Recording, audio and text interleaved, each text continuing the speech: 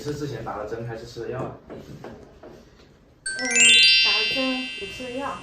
打针吃了药，然后打完就会好一些，然后过段时间又会咳嗽。如果你家小孩子出现晚上咳嗽频繁、流清鼻涕，痰是白皙色的痰，这种一般属于寒性咳嗽，是肺里面有沉寒所导致的。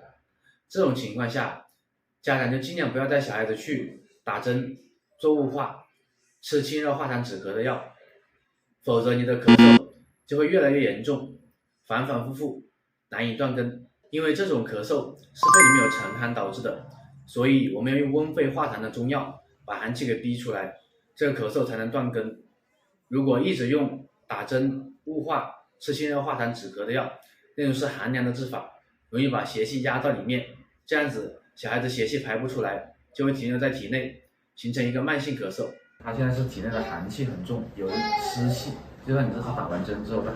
咳嗽好了，他过段时间又会咳嗽，因为邪气没去掉。中医治疗一定要抓住病机，对症治疗，不能一味的吃清热化痰止咳的药。第一步就是要止咳排沉寒，用温肺化痰的中药把寒气排出去，小孩子就不会咳了。